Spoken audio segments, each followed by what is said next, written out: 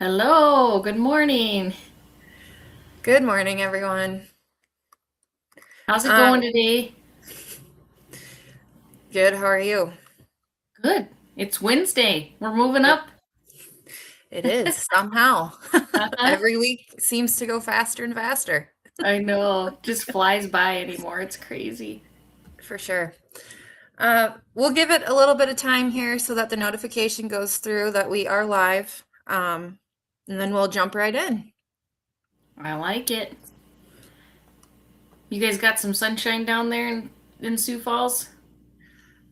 The sun is actually shining. It is extremely windy, though. So, Oh my gosh. I know that wind has been blowing like crazy.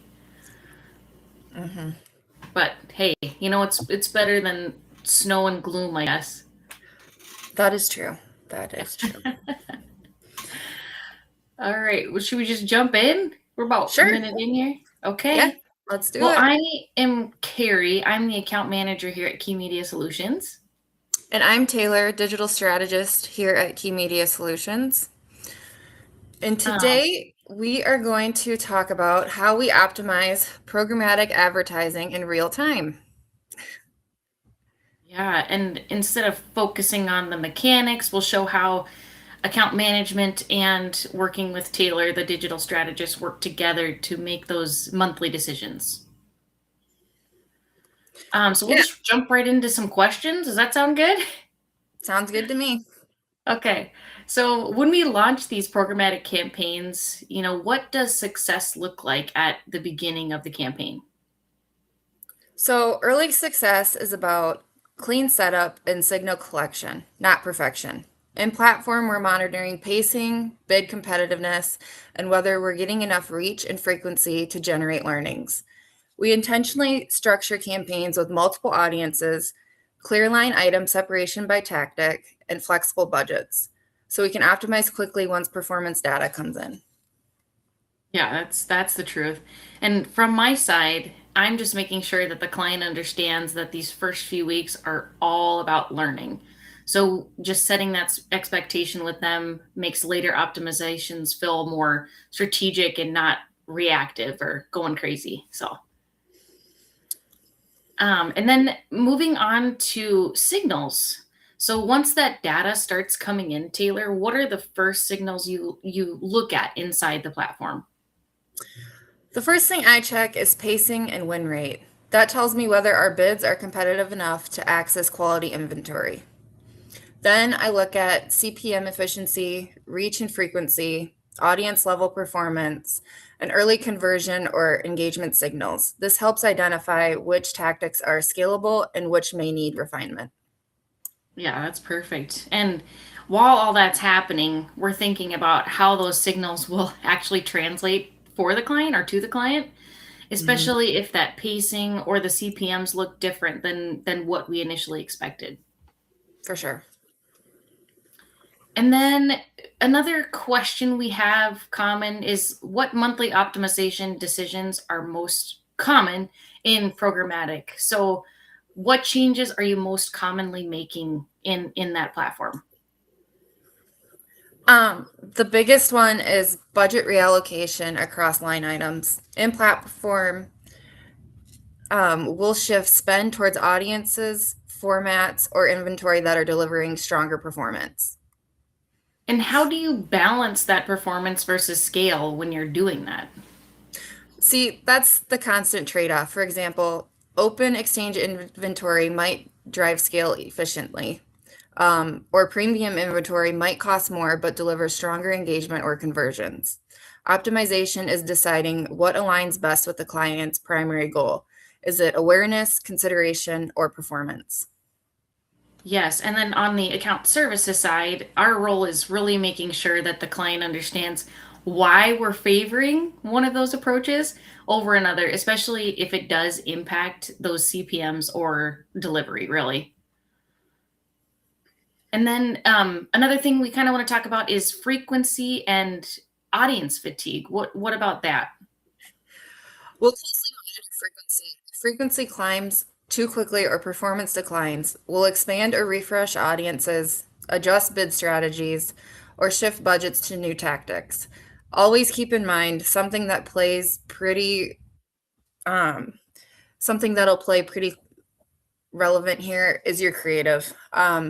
You want to refresh that creative every, we like to say 6 to 8 weeks, just to stay fresh. I know that's pretty hard to get from some of our clients, but for sure want to stay fresh with that creative just so that that fatigue doesn't hit. Yes, that's a very valid point. And like you said, it is hard to get sometimes, but we try our hardest to keep things fresh. So that's one thing that we do on the account services side. Once Taylor lets us know, what could help the campaign, we try to talk to the client so those adjustments don't come as a surprise. Just trying to keep them knowledgeable about what we're looking for every month. And then another item, just reporting. Like how does reporting in programmatic go beyond just showing the lovely numbers that everybody likes to see? Yeah. So reporting helps us identify patterns over time, which audiences consistently perform, where diminishing returns start, and which tactics deserve more testing. Our platform tells Our platform data allows us to make informed recommendations rather than one-off changes. Which is awesome. Hmm. And then once you get all those numbers to me, what we like to do is turning it into a narrative to help the client understand what's going on, what we've learned so far, what we did change or would like to change, and what we're optimizing for the next month just to help the campaign continue to improve. So, constant teamwork between us. Yes, for sure. It's so awesome. So why is communication especially important with these programmatic campaigns? Um, because programmatic is dynamic. Budgets, bids, and inventory access change constantly, and optimization requires flexibility. Um, you know, Something to keep in mind is it's not just going to happen overnight. A lot of this takes time.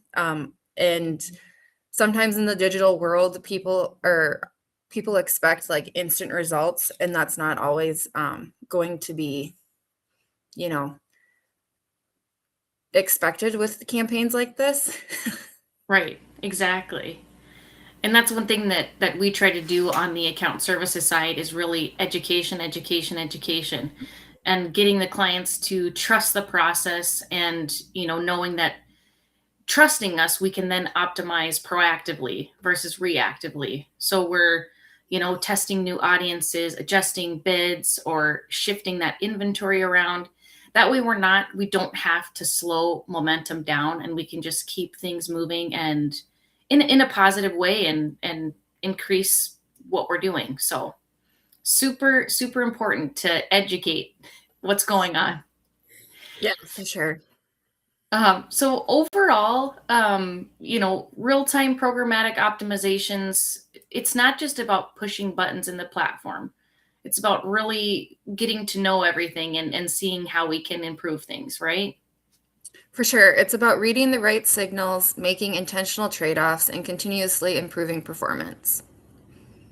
And when Taylor and I work together, or Spencer, Madison, Michelle, whoever I'm working with, when we work together, these programmatic campaigns can become more strategic, more agile, and overall just more effective. Yeah, absolutely. I love working with my team. I'll tell you that we have great communication and just the openness and being available is wonderful on our team. So I 100% agree with that. yeah. Well, if you guys have any questions, please make sure to put them in the comments here. If we don't get to it now, we will later today. But just let us know if you ever have any questions on how all this good stuff works.